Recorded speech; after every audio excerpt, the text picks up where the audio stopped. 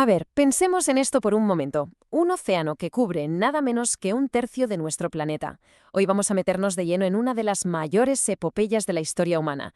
Cómo, contra todo pronóstico, unos antiguos exploradores lo convirtieron en su hogar.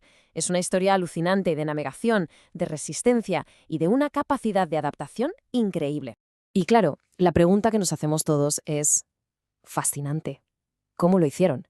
Es que, pensadlo bien, sin brújulas, sin los mapas que tenemos hoy en día, solo con canoas y un conocimiento profundísimo de las estrellas, consiguieron algo que, de verdad, incluso hoy nos cuesta llegar a imaginar.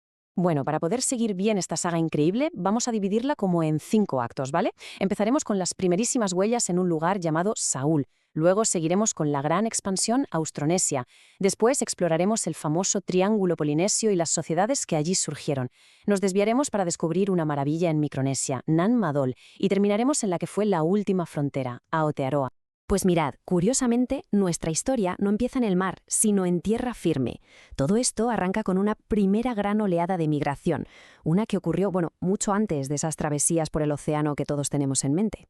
Claro, para entender esto tenemos que imaginarnos un planeta con una geografía muy, muy distinta a la de ahora. El nivel del mar estaba muchísimo más bajo, así que el primer viaje no fue cruzando el océano, sino en gran parte a pie, a través de un supercontinente enorme que se llamaba Sahul. Aquí la escala de tiempo es que es inmensa. Pasan milenios desde que los primeros homínidos llegan a Asia y finalmente el Homo sapiens pone un pie en Sahul. Hablamos de hace unos 50.000 años, casi nada.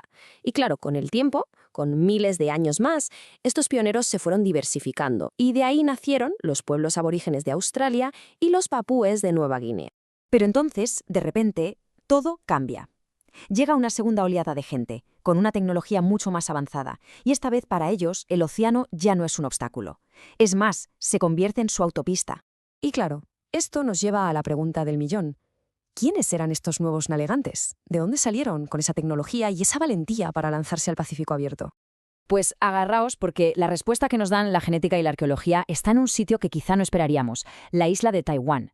Resulta que sobre el 3000 a.C., un pueblo que sabía de agricultura, que hacía cerámica, conocido como la cultura Dapeng, pues desde ahí, desde Taiwán, empezó una de las expansiones humanas más bestias de la historia.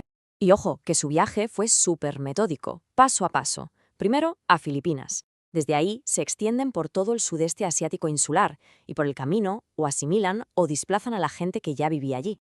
¿Su secreto? Bueno, una tecnología superior, unas canoas con balancín, que luego se convirtieron en catamarabes, y un conocimiento brutal de las estrellas y las corrientes para guiar. Y aquí llegamos a un punto clave, un nombre que hay que recordar. La cultura lapita. Ellos eran la punta de lanza, la vanguardia de toda esta expansión. Su cerámica, con ese color rojo tan característico, es como una huella dactilar que los arqueólogos han podido seguir para trazar su increíble viaje por Melanesia, hasta que llegaron al borde de un mundo totalmente nuevo. Y desde ahí, desde esa cuna lapita en Melanesia, se lanzaron al vacío.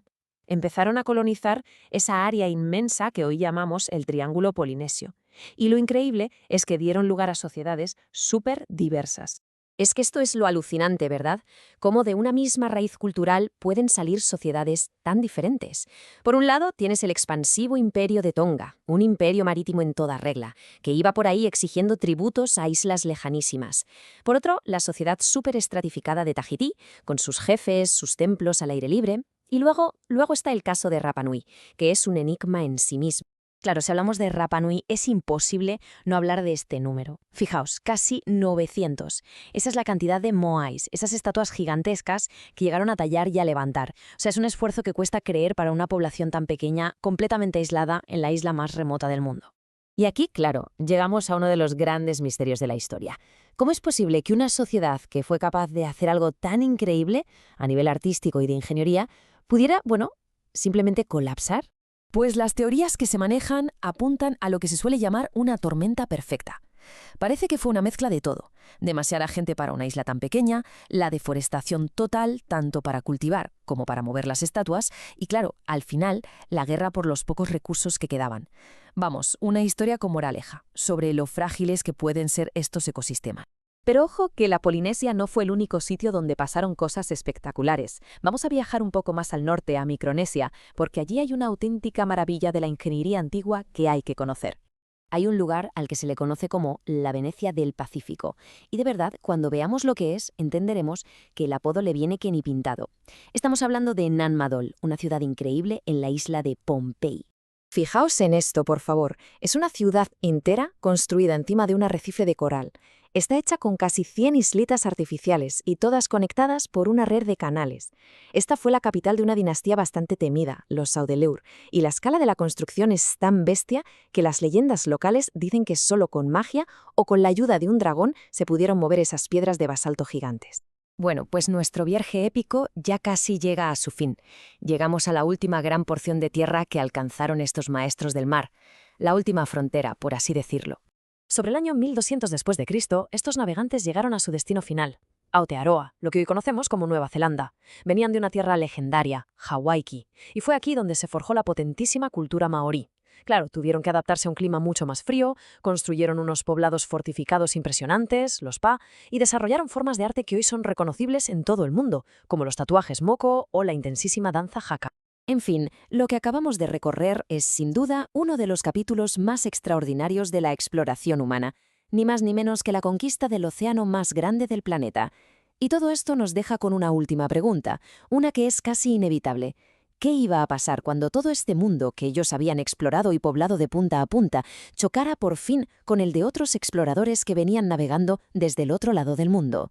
Pero bueno, esa, como se suele decir, ya es otra historia.